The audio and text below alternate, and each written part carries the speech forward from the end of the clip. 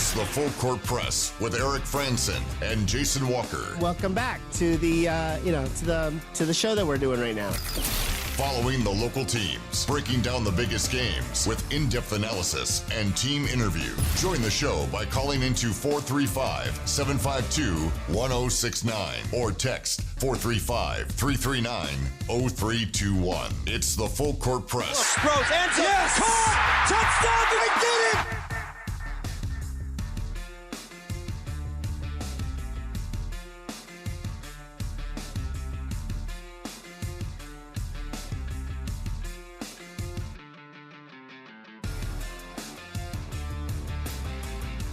Hello, everybody, and welcome on in to the Full Court Press. Jason Walker here. Well, the last few days I'll be by myself as Eric is going to be coming back fairly soon. I think next week. I think the start of next week is when he'll be coming back. So excited to have one last day. I asked JD if he was wanting to be on the show today, and he was like, "Nope, we're taking the full day off." And Ajay's in Nevada, as Utah State women's basketball are taking on the Wolfpack this weekend. The men's basketball team is at home this week. They'll be playing San Jose. We're going to be previewing that. We're going to go over some things for the Aggies, kind of previewing San Jose. We'll also get into, we'll hear from head coach Jerrod Calhoun for the Aggies. His thoughts, along with Zach Keller, as we met with those two yesterday. It was New Year's Day. Didn't get any time off for New Year's Day. Well, I got some. I did a little bit of work for New Year's Day, but then went home and watched some playoffs, and we'll talk about the college football playoffs. Some. Just looking at the games, there's also some anti-SEC propaganda going around, which I can always get behind. And I'll even add to it my thoughts. I've already posted them on social media, so if you want, you can check that out on good old X Twitter. But we'll also jump into Utah State women's basketball a little bit. And then we've also got high school games we'll try and get to if we can, other Mountain West games, some bracketology, but in general, we're going to focus on previewing Utah State's game against San Jose in the first hour, and we'll kind of move toward college football playoff and Utah State transfer portal news. What news there is, both who's in the portal so far. There's not been too many changes because I think before the new year, most of the players that I know that are currently in the portal had already announced they were in the portal. There were a couple additions right at the end of December. We'll get into those. My transfer tracker is live on Cache Valley Daily. Has been for a couple of weeks now. And we'll get into that. There's also some players who are announcing, hey, I've been offered by Utah State, or even planning visits. So we'll go into who those players are and just keep an eye on them, and maybe check back in on the wish list article, or kind of it's something of a wish list article. Basically, it was when I was talking about the three things that the Aggies need for this upcoming season, things they need to address for this upcoming season. As always, the Young Power Sports of Logan text line is open. And if you want to chime in on any of these topics, feel free to text in. 435-339-0321 is the number to text in. We have a couple. I'll go ahead and get to these real quick. They have to do more with second hour topics, but I'm not going to sit on them for an entire hour. 9315 texting in a couple of things, or one thing here.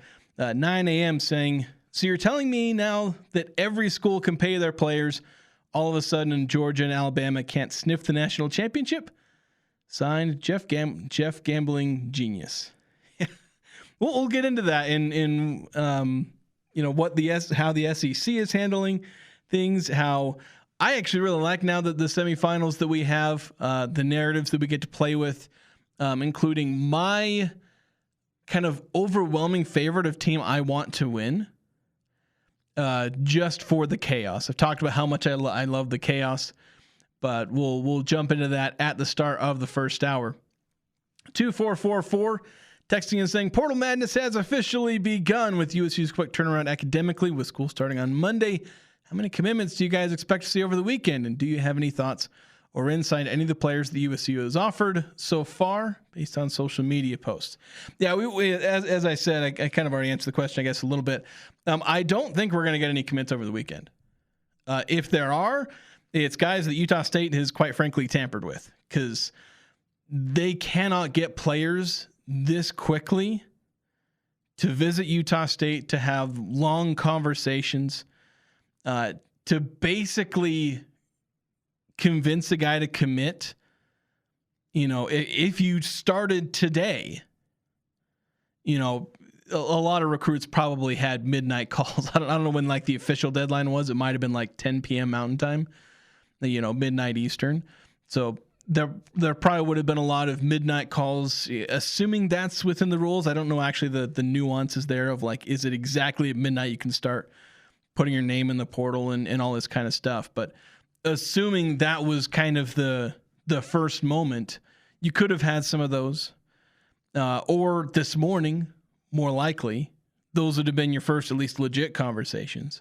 I just don't see Utah State getting any commits unless there are players who, I was about to say, unless they make up their mind really fast and just already had an idea they're going to Utah State, but like, unless Utah State's talking to him before the portal, which I don't want to say, I don't want to accuse Utah State of anything, but you know, most everyone's doing it. So it's very possible that everybody's already trying to have these conversations. And so if there are commitments this weekend, that may be indicative of that. But I think that for Utah State, who is at least trying to do it legit, you're going to see a lot of guys that just commit and they're just going to deal with whatever they have to academically. It's not an ideal situation, but they're going to do their best to do it that way. Let's get into previewing Utah State men's basketball, looking at their game against San Jose, looking at a bounce back from an ugly game, not necessarily the ugliest win by margin. I mean, if you look at the Aggies, they barely fell at all. I thought they were going to fall several spots. But 9-point win over Fresno State on the road ended up being impressive enough. The Aggies, when I checked yesterday, they were still 19th in the net. I don't know if that's changed at all. I'm looking at it up right now. They're still 19th. So net wasn't really affected. I think they fell one spot in Ken Palm to like 31st. I think they were 31st when I was checking earlier today. Those things can always change so quickly. So nothing, that wasn't the greatest game against Fresno State, but it still feels like this game against San Jose is going to be a little bit of a bounce back. But let's hear from head coach Jerrod Calhoun. This was from his press conference with the media yesterday as we met with him in the D. Glenn Smith Spectrum. I kind of want to ask this about this kind of all Mountain West teams, like, because you obviously had a game, you were in a game where there was like 38 turnovers. That seemed to be a trend for like all the Mountain West teams. There were other games where there were like 35, 40 turnovers. Do you think just kind of all the teams were kind of in a post-Christmas funk where it's like they weren't in their own rhythm? Yeah, the only other game I got to watch was San Jose versus San Diego State, and I thought they settled down eventually. But I think that first game back, Jason, is trying, right? You took 5 days off. You're seeing it in college football, right? Ohio State had 25 days off, and not play a game for 3 weeks, to me, is absolutely asinine. So hopefully they'll change those rules. With our guys, I think the concentration level has got to get better throughout the game. We have to be able to adjust to what teams are doing and get to shots. Because when we get to shots, we're pretty good. When we throw the ball to the other team or have live ball turnovers, it becomes really, really hard on your defense. So, yeah, I saw that trend, and I think maybe it's a little bit of that, teams not playing. And on that note, you've been practicing this week. Do you feel like the team's practice has been good? I know you still got a couple more before the game, but I feel like the trend's been good so far leading up into this next game. Today will be our first real live go since the game, right? Yesterday was really not a ton. Mason, MJ, KT, those guys played a lot of heavy minutes. So those guys didn't do much at all yesterday. The other guys did minimal. Today and tomorrow will be really, really imperative that we get our scout in. We work on some things. This team really turns you over, so it's kind of our Achilles heel. They play an aggressive coverage, which is hard to deal with at times. So we have to do a good job taking care of the ball and having 2 good workouts. You feel like, I know we've talked about this stretch now, 2 games every week now, getting into a rhythm. How important is that now to like finish off this week with a good effort on Saturday and maybe get into a rhythm? Yeah, I mean, I think it's just, you're in it now, right? This is college basketball. This is conference play. Every team presents different challenges. We kind of start to know each other after a while. There's a ton of tape out on, all our teams. It's competitive. The Mountain West is a competitive conference. There's high-level players. Garland is one of the best scorers in this league. He can score the ball anywhere, anytime. He can make threes. He can get to the rim. He can shoot the mid-range. Having a phenomenal season. These guys do a phenomenal job on the offensive glass. One of their staples is turning you over and getting the offensive glass. 2 things that we have to be aware of. San Jose's had a bunch of injuries. I think they had 4 guys out. They were listed as out, and there were 2 guys questionable heading into the San Diego State game. And you mentioned how much Cal Jorgensen being out against Colorado changed that game plan. Is it kind of hard to develop a game plan for San Jose, knowing like some guys may be in a bigger role or a smaller role, or guys are in it? Yeah, the nice thing is the availability reports. The night before, we will have that information on Friday. So we have to assume everybody's playing. I think that's how we'll game plan for these guys. But yeah, I think as you get further into season, whether it's a knee, an ankle, guys are going to be out, and I think we got to assume these guys are going to play. This Moundy guy looks like he's playing for their big guy, 6'8", 12 points, almost 8 rebounds. Yeah, really good player. Can score around the rim. Great pick and roll defender. I haven't seen a guy move laterally like that yet.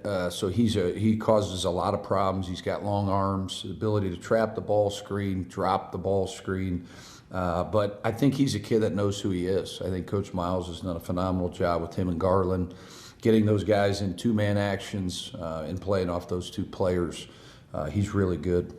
You talk about some players making a jump to a bigger conference, so they may not be able to put up the same numbers. Garland came from, I think it was the Big South. Big South, yeah. He's scoring 8 more points per game than he was, and he was playing a lot of minutes his previous play. It's just how impressive is it for him to take that step up in conference and take a big step up in his game? Yeah, I mean, you never know what's going to translate, right? I think that's the part when you take guys from lower levels. We certainly have done that, with this year's roster. You got to really watch the tape and figure out, does this translate? He certainly has. Like I said, one of the best scorers, 3-level scorers in this conference. So I think he's found a great home. I think Coach does a great job of getting him in pick and rolls, getting him off ball, moving guys, getting him back to the ball. And his teammates do a great job of finding him. And he's really unselfish. That's the thing. I think he takes what the defense gives him. A lot of scorers will force the issue. This kid doesn't.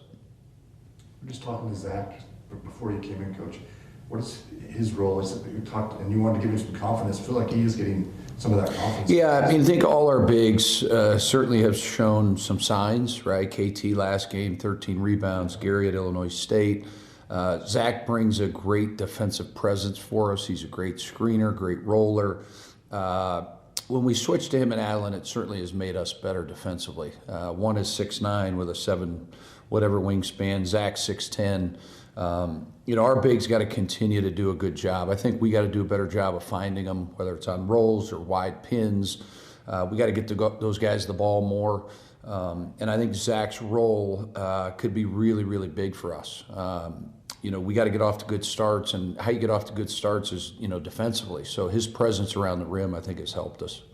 You talk about practicing things that you've not done well at, kind of fouling your own turnovers and then getting your shot blocked.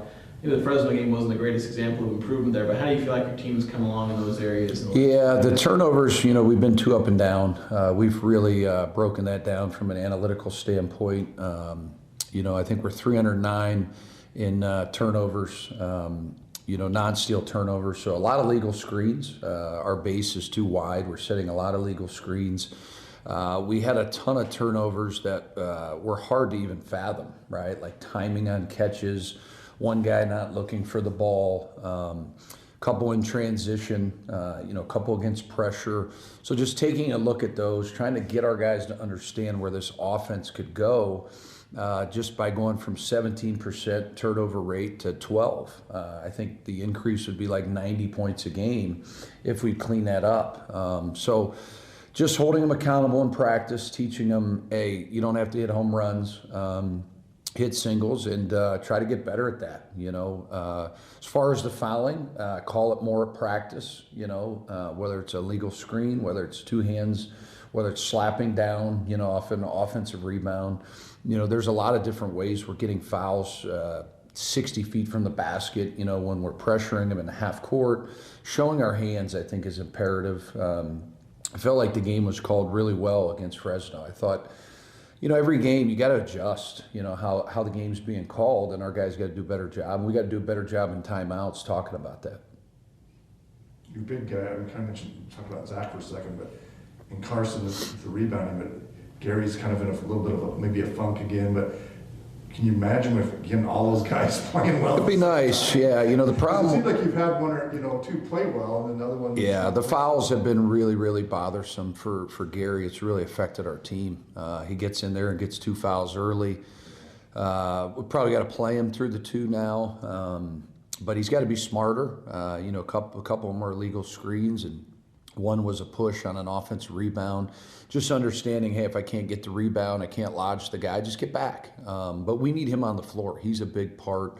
He's getting almost 10 a game, and he's barely playing. So imagine, like you said, Sean, if he played 20, 25 minutes, when his motor's going and he's playing, our team's a heck of a lot better. And I thought KT last game made a lot of winning plays. He really made up for the size with his heart and his hustle, and that's who he is. And if he didn't get those rebounds, we probably don't win that game.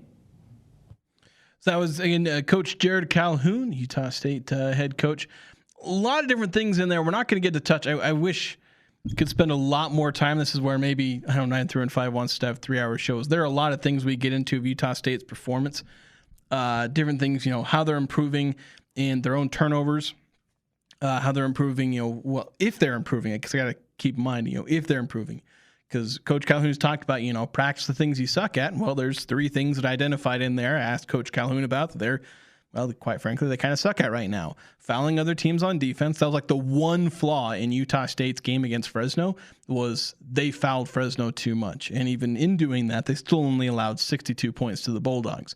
Everything else about that game defensively was great, except for that. Utah State, their own turnovers. When they commit turnovers on offense, again, they're heading towards bottom 100 in the country in turnover percentage. They're going the wrong way there, where they've had some games where they handled it pretty well, but they need to get that under wraps. And this game against San Jose is actually going to be a good test of that. Much like Fresno was a good test of that. They didn't pass that test. San Jose will be another great test of that. And then as far as, getting your own shot block, struggling against good shot protectors, or rim protectors, Utah State wasn't tested with Fresno State because the Bulldogs don't have a great rim protector. Neither does San Jose, so this game isn't going to be a great test of that, but it's just something to keep working on, something to keep improving on. We're going to dive into San Jose's trends, a few things that I picked up on doing a bit of a deep dive on research, things about how they do at home versus on the road, their own strength of schedule, how they've done against that strength of schedule. We'll also key in on some players, particularly Colby Garland, who overtook MJ Collins to be the leading scorer, at least in points per game. He was already the leading scorer in total points. The Colby Garland, the top scorer in the Mountain West. What kind of impact can he have on this game? What kind of player is he, and how much of a challenge is he to guard? All these things are stuff we're going to get into coming up next here on the Full Court Press. As the new year begins, getting back to the basics feels pretty good.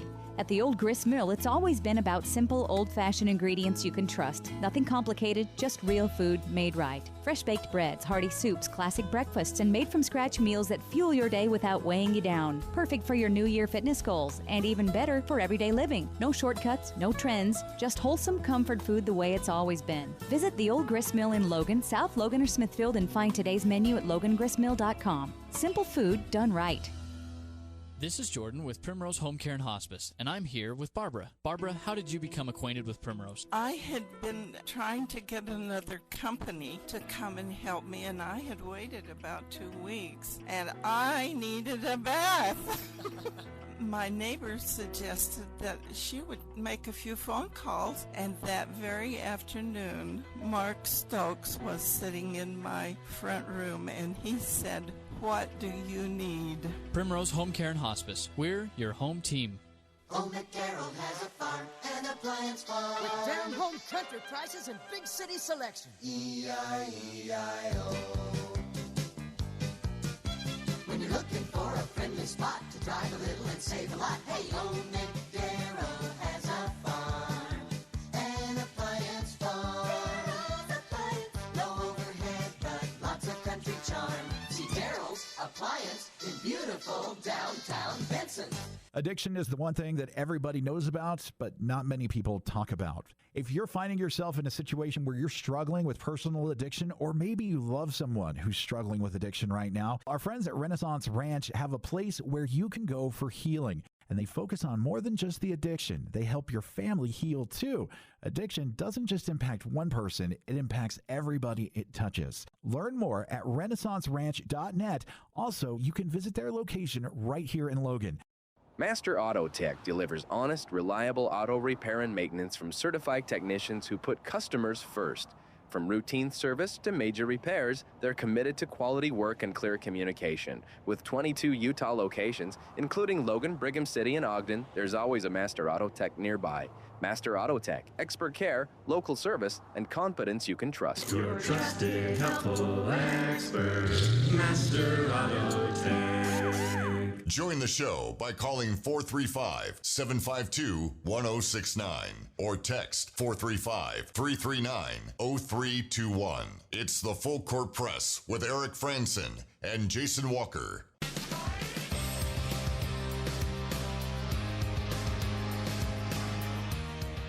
Welcome back into the Full Court Press. Jason Walker here, bringing you the preview of Utah State's upcoming men's basketball game against San Jose State. The Aggies are projected to win by somewhere around 20 points. I think KenPom has this game as a 21-point margin. Last I checked, it was 20 points earlier this week when I was looking at it, but now it has it as a 21-point game. As it was, I think his projection was 85 to 65 earlier this week. It is now 85 to 64 as the Aggies are the 31st team ranked in KenPom. San Jose is 199. So let's go over who San Jose is. I don't know if any of you have checked up on San Jose, obviously a team in the Mountain West. We've kept an eye on them, but this is a team that started 0-3, then won 3 of their next 4, but have lost 3 of their last 5.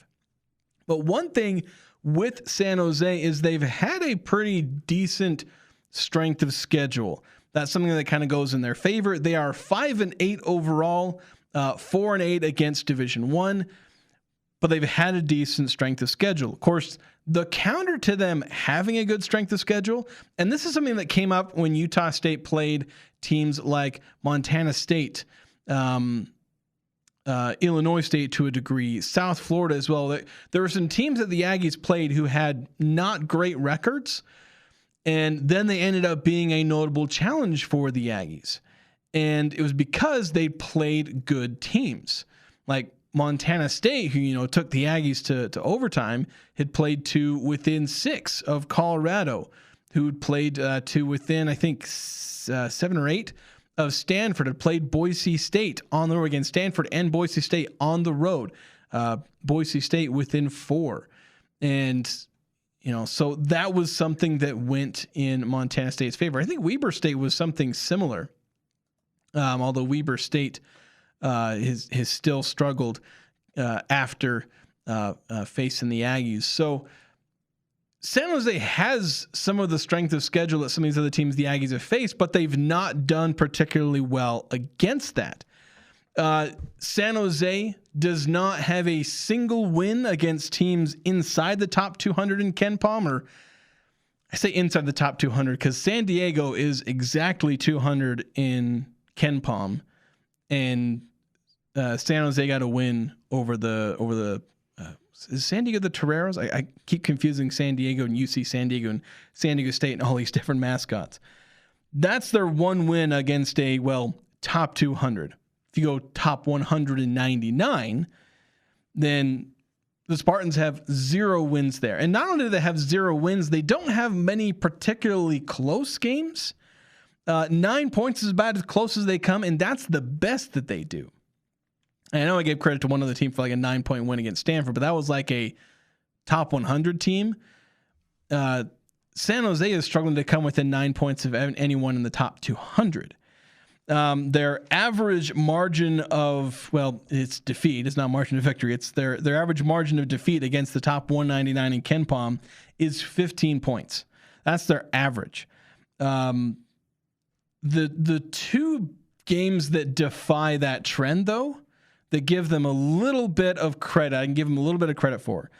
Stanford, they were at home. They had a home game against Stanford, and they were within 4 points. They were competitive in that game. Close, not really threatening a win. You look at the last few minutes of that game, it was 5 points, 4 points. San Jose never really threatening to surge ahead in that one against Stanford, who ranks 92nd in KenPom. And then San Diego State, a home game against the Aztecs, where despite the final score reading a 13-point margin, the Spartans were within 2 points at the 5-minute mark. So I'll give him partial credit for that, though they still lost by 13 in the end. They absolutely flubbed it at the end. So San Jose has played tough teams, but they really struggle to be competitive against those tough teams, and especially on the road. And this is another trend with San Jose that I was picking up on, is like, okay, this team plays a lot better at home and a lot worse on the road. Although my first inkling, when looking at this trend, was like, they played all their tough opponents on the road. It's kind of like Utah State football, where it's like, yeah, they play horrible on the road, but they're playing Texas A&M, Vanderbilt, New Mexico, Hawaii. Like, all these teams are finishing toward the top of the Mountain West, or ranked SEC teams. Those are all the teams you're playing on the road. And that kind of similar thing was happening to San Jose. But even still, there are evidences that they definitely play better at home versus on the road. For instance, I mentioned there are 2 games that are kind of in defiance of how much they've, underperformed against the top 200 in KenPom. The 2 games that defy that trend were both at home. Home against Stanford, home against San Diego State. Haslametrics has a more, advanced analytics type, analysis of home versus away, and Haslametrics has San Jose at 284th in performance on the road. So there's a lot of indication that San Jose is going to struggle in this one because they're on the road. Obviously, they're playing in the Spectrum, which is a really hard place to play, is all Aggie fans know, and heck, everyone in the Mountain West certainly knows. So San Jose already struggling on the road, already struggling against top teams. There's a lot moving in favor of the Aggies in this one. They really should be winning this one by a dozen or more points. Honestly, a dozen is kind of the low end for what we would consider a satisfactory result as far as the metrics. As far as get the win, and that's the most important thing, get the win, however you're going to get it. But if you're looking at metrics, if you're looking at bracketology, and we'll get to that later in the hour, like, this is a game that you need to be winning by 15, 20 plus points. I think it's a quad 4 or maybe barely quad 3. I need to double check that because it's a team. I don't know where they rank. And then I was looking at KenPom all of a sudden here. Pretty sure it's quad 4. Yeah, it's a quad 4 home game because San Jose comes in at 239 in the nets. So this is a quad 4 game, and you got to win quad 4 games by a lot. And if you win by a lot, you get style points. Style points are something that the net loves. It's how the Aggies got all the way up to the top 20 net, is because they got a ton of style points for that win over Colorado State. So that's something for the Aggies to try and go for. And also just work on the stuff that that you're struggling with? Obviously, there are strengths of the Aggies that they have. Their defense, continue, doing all those things. Be good on defense. Be good on offense. Get in rhythm as far as your 3-point shooting. The Aggies have been a little up and down there. Work on your turnovers. And I mentioned this is a game where Utah State is still going to face a bit of a test when it comes to turnovers, and that's because San Jose ranks 77th in turnovers forced on defense. It's not the same as Fresno State, who ranked, I think, in the top 40. I think it was. They are 28th now after forcing the Aggies into 20 turnovers. And so while it's not a top 30 team in forcing turnovers, San Jose is a team that is good at forcing turnovers. They pressure opponents into situations where, funnily enough, it doesn't actually come from steals. It comes from non-steal turnovers. Forcing teams to throw the ball out of bounds, force them into travels, drawing offensive fouls, things like that. That's where Utah State can fall into a bit of a trap. They're facing a team that has generally done well. They're not elite, but they've done well in forcing teams into turnovers. And the Aggies had a lot of those weird turnovers.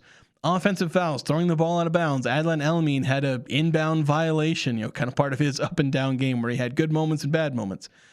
And he wasn't the only one who had a lot of turnovers. I think Drake Allen had like 5 of them. So it's like, Elamine wasn't the problem with turnovers. It was everybody. Commit 20 turnovers, that's everybody's problem. So that's something where Utah State will have means to improve. They need to improve turnovers, and this will be a team that will test them.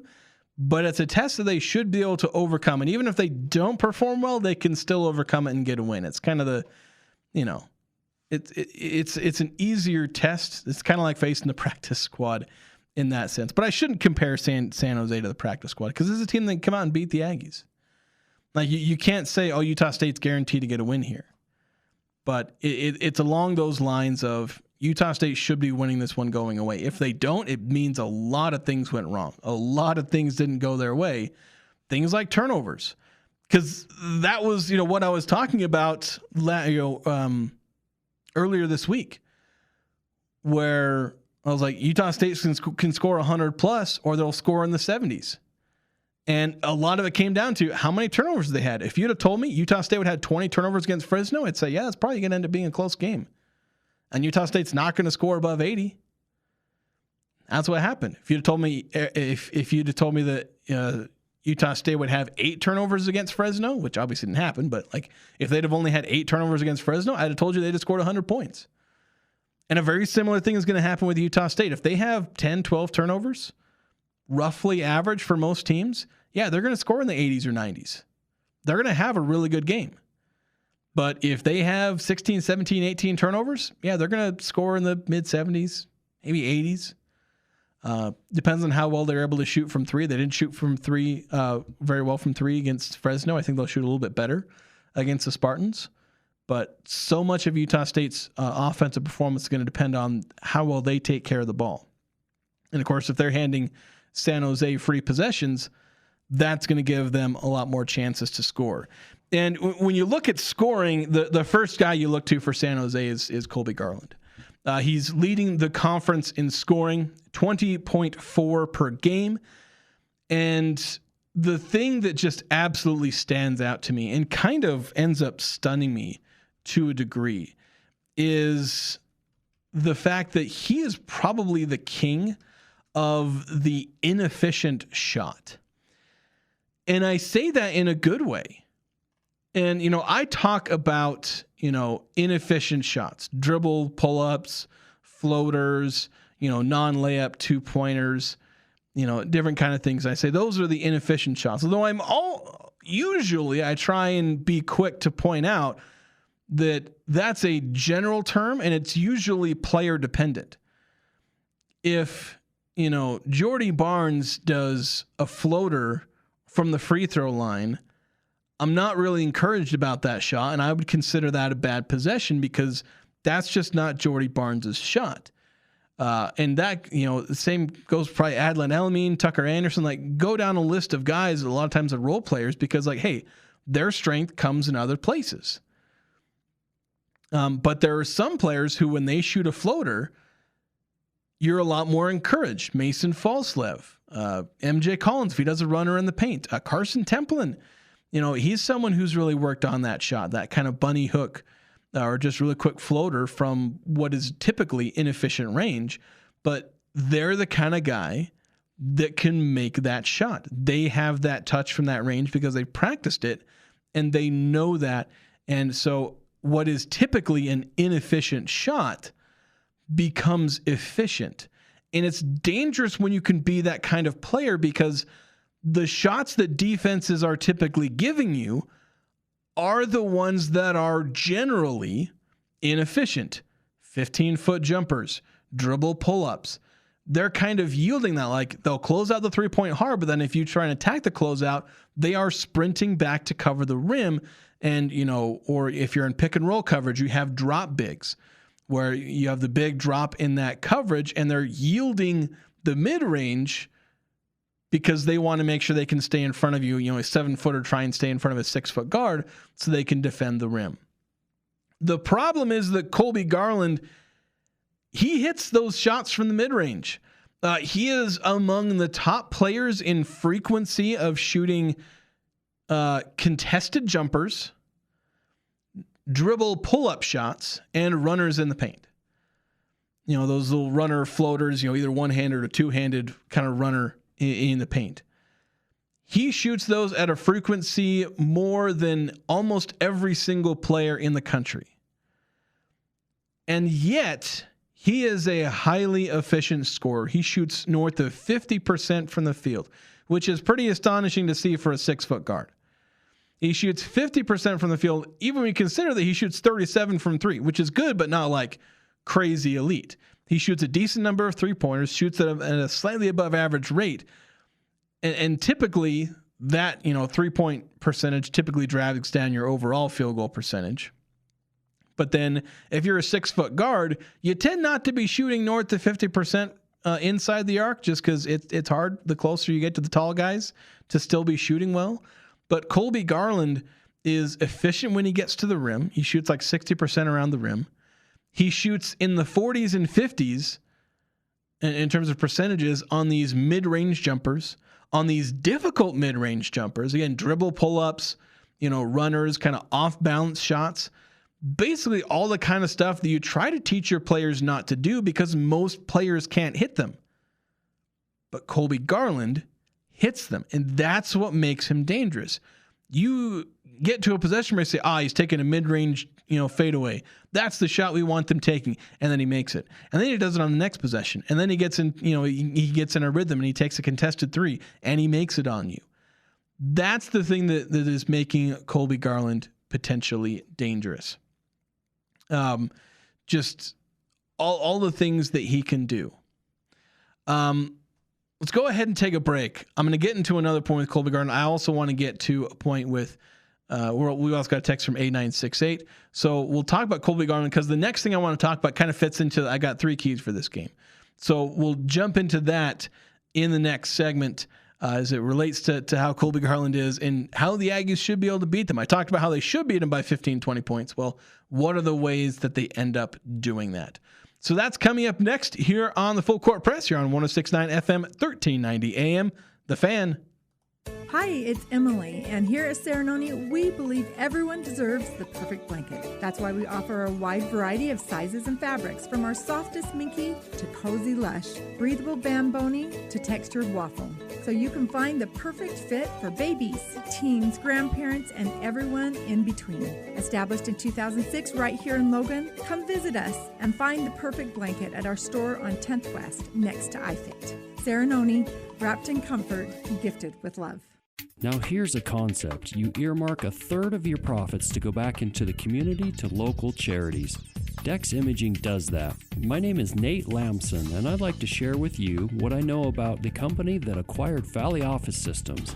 Dex Imaging is committed to continuing quality customer service on your copier, printer, or office solution while raising the bar to become a strong community partner. Visit deximaging.com. We think globally but act locally. The chips and drinks are endless. The burrito is huge for only $7.95. It's got to be Cafe Sabor, Cache Valley's best Mexican restaurant and gold medal winner in the Best of Northern Utah contest. Experience Locals Day every Thursday with a huge burrito, endless chips and soda, only $7.95. Finding any lunch under $10 is nearly impossible. Every Thursday, drinks, chips, and a massive burrito. You pay just $7.95. The food, the fun at Cafe Sabor in the historic train station on 6th West and Center in Logan. Snow and black ice are here to stay for a while. If your tires aren't ready, neither is your vehicle. At Express Auto and Tire, they work with all vehicles and all tire sizes, making winter traction and safety their top priority. Name brand tires are always less at Express Tire. As a Point S tire location, you're backed by a nationwide warranty. Get winter ready with no appointment needed. 3200 North Main. Express Tire, tires for less. Where tires and service come together. It's the Full Court Press with Eric Franson and Jason Walker.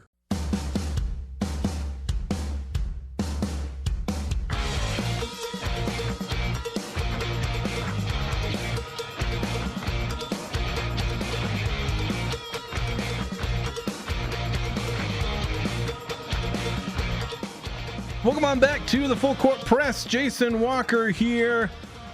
I'm by myself for a couple of days. Programming note to look ahead to. I believe on Monday we're going to have a shortened show, but I think we're going to try and have a podcast. We're going to try and go beyond it because I think we're only going to have about a half hour or something like that because it was either a Mammoth or a bowl game. It's probably a Mammoth game because the bowl games are just about over except for the playoff games. So we're gonna have a shortened live show, but I think we're gonna try and have an extended either like a podcast or something. I'm also experimenting with video and different things like that, trying to we're looking to expand the way that we can bring you content. I even experimented with a video I threw on our station's YouTube channel. So we're working on a bunch of different things. But let's get into first the text line 8968. I made the mistake of, in the flow of talking, comparing San Jose State to playing the scout team, and I regretted it as soon as I said that because it was a dumb thing to say. But 8968, as I was talking about the likelihood of San Jose being able to beat the Aggies, they texted in saying, problem for the Aggies is that San Jose State always seemed to give the Aggies fits. I remember, especially in the old PCAA in Big West days, it was bad news to play San Jose in the conference tournament. And yeah, there have been games where San Jose has really, made Utah State sweat. I want to double check. It was the home game either last year or 2 years ago where San Jose really pushed the Aggies. Well, I mean, last year at San Jose, it was a close game. It was a 7-point game. So it was 2 years ago because last year when they played San Jose at home, they actually murdered them. 105-57. I think it was 2 seasons ago with Danny Sprinkle that it was a close game. Well, no, it wasn't that because 82-61. Maybe it was like close in the first half or something. I remember there being a really close game against San Jose at home, like in somewhat recent history, and close at some point. The margins when I was looking at them just now, they were pretty wide. Except for on the road at San Jose last year was a 7-point game. That's not a super wide margin. And there are a few carryovers to this team. But let's look at the keys to the game for Utah State. I've got 3 of them. One is actually basically carbon copy of one for last game against Fresno. That's protect the ball. I already kind of went over it where San Jose, they're not as good as Fresno State at forcing turnovers, but they are good. They are top 100. They're 77th in opponents' turnover percentage. They do it in kind of a weird way where they don't get a lot of steals, but opponents have consistently turned the ball over against San Jose. And that's something for Utah State to keep an eye on. Like, they did not do well protecting the ball against Fresno State, and it is a big reason why that game was close at all. If they have a repeat of that, if they let themselves get pressured into a bunch of turnovers, they are not going to have a happy time on offense. If they manage to only have 10, 12 turnovers or even under 10, then this is going to be an absolute cakewalk of a game. But you got to protect the ball. And then, heck, kind of on the flip side of that, San Jose has the same thing, because San Jose, like, I'll say the turnover matchup is almost the exact same. Like the numbers in terms of turnovers are, at least the general trend is so similar to Fresno State, because Fresno State forces teams into a lot of turnovers, but they turn the ball over a lot themselves. Utah State was actually the same way. That results in 38 turnovers. San Jose, they force teams into a lot of turnovers, but San Jose also turns the ball over a ton. Pretty much as bad as Fresno State, and even worse than Utah State in terms of the season-long trend. So Utah State should be able to force a ton of turnovers, and if they protect the ball, again, they'll win this game by like 30 or 40 if they manage to have an absurd turnover differential that they should be able to have if they protect the ball. Number 2, and this is where I was going with Colby Garland. That's why I kind of cut things off, went to breaks, because I wanted to be able to transition into another point. Colby Garland is a great scorer, and I don't know if the Aggies are really going to stop him. San Diego State was throwing everything they had, double teams in the backcourt, get the ball out of Colby Garland's hand, everything you can to keep Colby Garland from scoring. Garland still had 30 points. He shot somewhat inefficiently. I think he was like 7 of 21 or something like that, but he went 14 of 14 at the free throw line. One way or another, he's getting his points. There's not really a great way to stop him. I don't know if the Aggies can stop him, other than just he has a bad shooting night and the Aggies might pressure him into it, speed him up. But with the Aggies committing a lot of fouls, that's something that they could end up being, struggling with. Colby Garland is just efficient in general. He is a hard player to stop because you force him into tough shots. Well, he makes those tough shots. But the thing with Colby Garland is he's often a one-man show and doesn't have enough help. And one thing I noticed is that in his 6 highest scoring games, which coincidentally, it's every time he scored more than 20 points, 21 or the 6 times he scored 21 or more points. In those 6 games, San Jose's 1-5. Their one win was against, I think, Long Beach State, who's like 250 in KenPom, and they beat them at home in overtime. So the 6 games for San Jose where Colby Garland has had his best scoring outputs, that is their kind of worst split of games. 1-5, and the one win being over a bad team at home in overtime, barely beating them. That's what happens when Colby Garland goes off. San Jose has so often just leaned on Colby Garland that they don't have anybody else. When they do get somebody else, and I went and was looking at this mathematically and doing a bunch of whole things about, who was the next closest scorer, what percentage of points does Colby Garland have of his whole team. Like, I went through the whole numbers and I made a whole spreadsheet because that's who I am. I'll bore you the numbers, the exact numbers, but suffice to say, the higher percentage of points Colby Garland has, or at the very least, when he scores way higher than the second highest scoring team or his next best teammate, like when he way outperforms his next best teammate and has a high percentage of San Jose's points, it's not a good time for San Jose. And again, just the general trend, his 6 highest scoring games, the Spartans are 1-5. So if Colby Garland wants to go out and get his and get 30 points, fine. Just don't let anybody else score. If the next closest guy gets 18 or 20 points, yeah, you could be in trouble. And there's guys that can go out and do that. They've got Yafet Moundy, I think is how you say his name. He's a 6'8", 240-pound forward. He's the guy that can go out there and cause problems for the Aggies. He's like the one other efficient scorer on the team. And he could potentially be a matchup. But if Colby Garland is the only guy doing damage against the Aggies could still win by 20, 30 points. Because Colby Garland's a threat. But if he's the only threat, the Aggies are fine. It's a team game. So got to take another break. We'll wrap up the hour. We'll do some quick bracketology. We'll look at where the Aggies are at at the turn of the new year. Where do most bracketologists have the Aggies? Just kind of get an idea of how things are looking. So that's coming up next here on the Full Court Press. At Mountain Valley Heating and Air, it's more than just service. They provide top-quality installations for both residential and commercial spaces. So you're not just getting equipment, you're getting a whole team of professionals dedicated to making sure you and your family truly feel the love. Whether it's a brand new installation or replacing an old system, trust the experts who care. Feel the love with Mountain Valley Heating and Air. That's mtnvalleyhvac.com.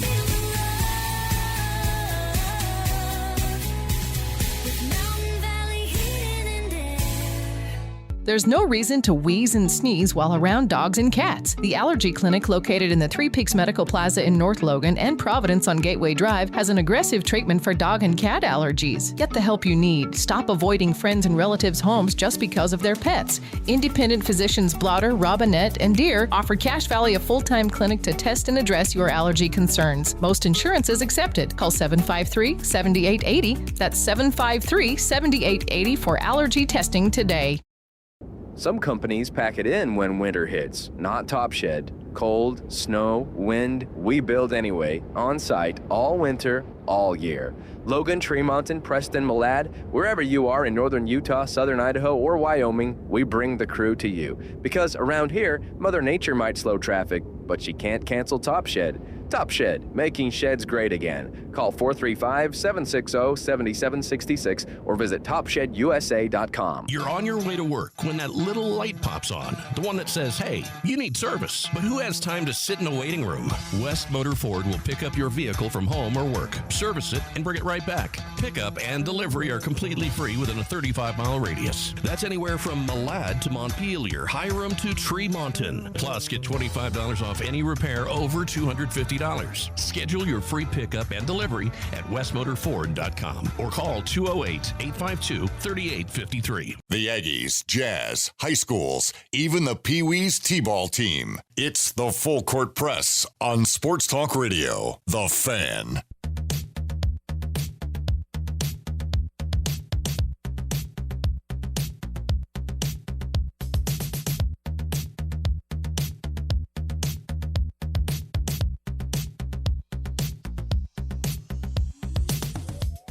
At Napa Auto Parts, they got batteries, headlights, wiper blades, it's all in stock and on sale at your locally owned Napa Auto Parts. Locations from Preston all the way down to Providence. Make sure to check it out. Again, one of their many locations got a lot of things that can help you out, especially as winter is starting to hit its swing. It's starting to be chilly. So be ready for it and be ready for the snow and ice that's going to be coming. I know it's some rain, but we're going to be getting some pretty serious, weather, as Eric likes to call it. We're just going to have weather. The Young Power Sports of Logan text line 8968. Saying the most of the damage that San Jose would inflict was against Rod Tueler's teams. Didn't matter if the Aggies won the conference title, only to get ran out of the gym in the tournament. You could almost expect it. Yeah, sometimes teams just have they've got something against you. But Utah State has generally taken care of business against the Spartans. I was just checking the last time that San Jose beat the Aggies, 2023, February of 2023. So we're looking at dang near 3 calendar years since the Aggies have lost to the Spartans.